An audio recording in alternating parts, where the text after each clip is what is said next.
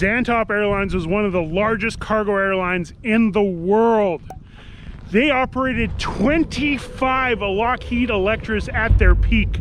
Now, this is one kick-ass airline. What happened to it? Well, good morning, folks. Welcome to the hangar. Let's go on a journey and figure out what happened to Zantop Airlines. Use more. As you are just getting your day started, let me show you some hardworking people who are finishing their day. Workers at Zantop Air Freight Service rush to beat a deadline. During a few frantic hours this morning, they will load and unload more than 1 million pounds of cargo.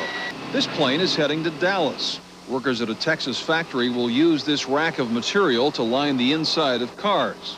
And that's just the beginning. This plane is sending supplies to roughly 200 customers. The shipment includes things like Bart Simpson t-shirts, carpeting, medical supplies, computers, and more. And all of those companies have to have those parts today. At its peak, Zantop Airlines was one huge airline. But where did it start?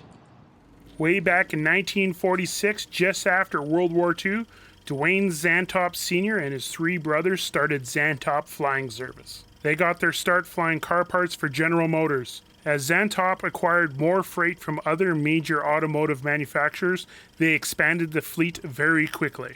From Warbirds such as the Curtiss C-46 and the very famous Douglas DC-3. So Zantop Airlines started very similar actually to Buffalo Airways.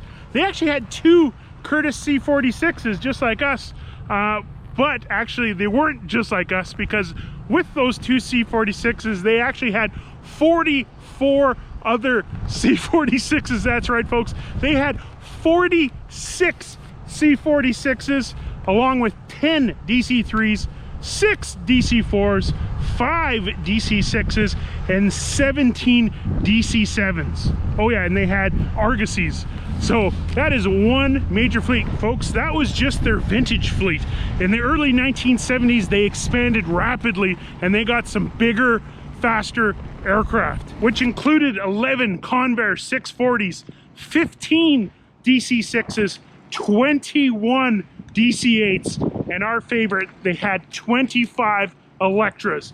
Now, folks, I've been researching these numbers and these numbers fluctuate. There could have been even more. This is one big airline. So what happened? Towards the middle of the 1990s, they were looking good.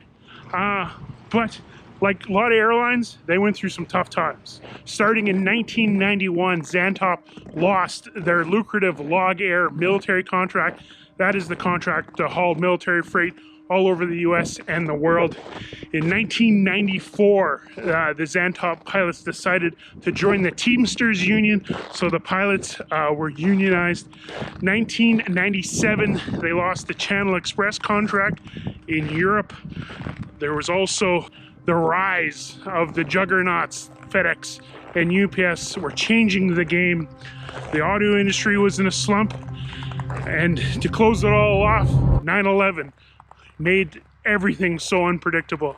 Zantop fell back onto their ad hoc charters, but by the year 2000, their fleet diminished to only 15 Electras and 2 DC-8s.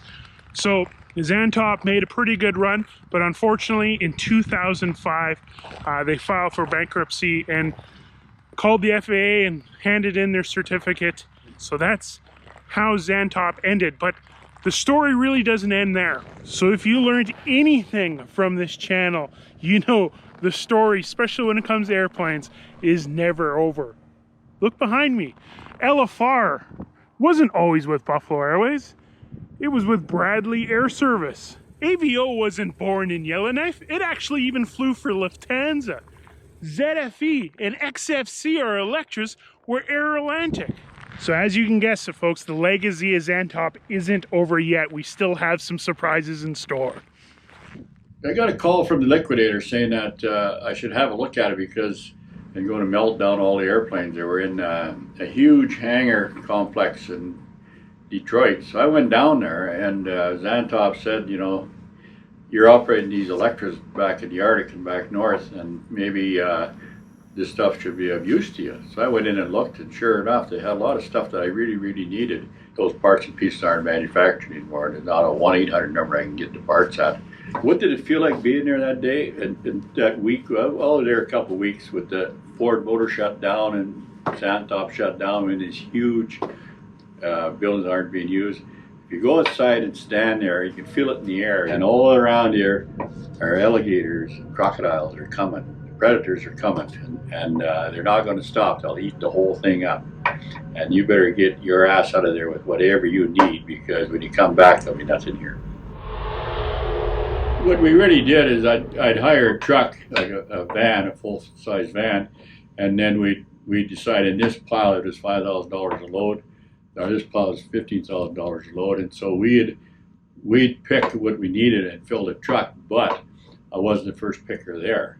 I was picking, I wasn't picking the cherries. The cherries are getting pretty dry, but I did get good value for our money. I got value in our money. It was not the value in the money so much. I seen the value in keeping our airplanes flying, and it would keep our airplanes alive. Can you mention who got airplanes? Like who actually got airplanes out? Well, a fellow by the name of Don Dale, he flew four airplanes out of there. It was a miracle that he was able to get them out, because by this time the airport was pretty well shutting down. Well, those airplanes went to a dealer in Miami, not Miami, in North Florida, where we park a DC-4. No, the airplanes are still there because my brother's down there getting the DC-4 out of that same airport, and he says the airplanes are still parked in the compound there. So there are still 4 Zantop airplanes alive in Florida. What about Airspray? There's a lot of Zantop fans in the comments. Charlie Golf Oscar India Zulu. You can do a reverse lookup and see what the end number is on that one. Oh yeah, that's a good one. Like Airspray got at least 3 of their airplanes out of there, and they converted them to fire tankers, and now they're the Zantop airplanes are actually putting out forest fires today. There's 3 of them I know of for sure that are putting out forest fires. Yeah, so yeah, I didn't get a Zantop Electra to fly out of there, but I do have something sitting in our yard in the Hay River. Knee deep for that picture, Mikey.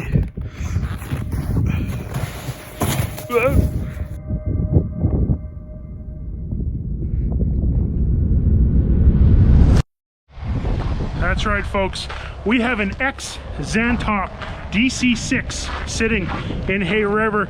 It's been there a while. It's been there since 2013. And it's not just any regular DC-6. It's actually the world's only surviving swing tail DC-6. So hopefully this is all starting to make sense a bit.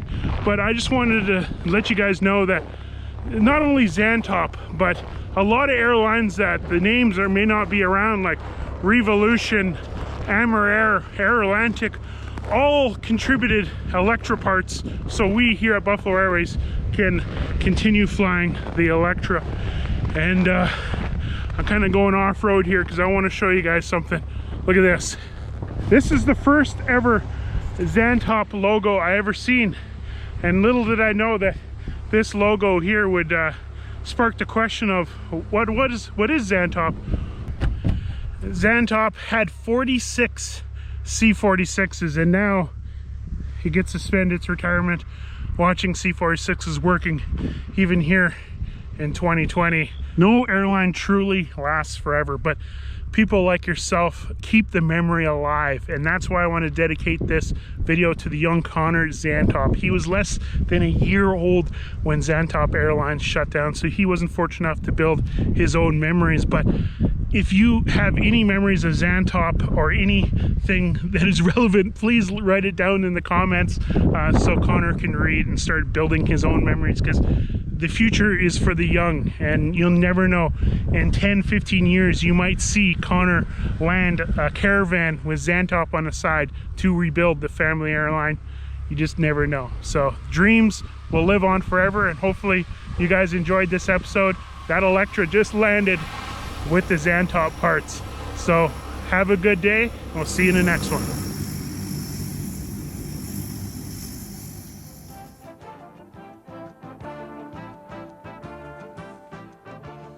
Roger Weber, Newsbeat.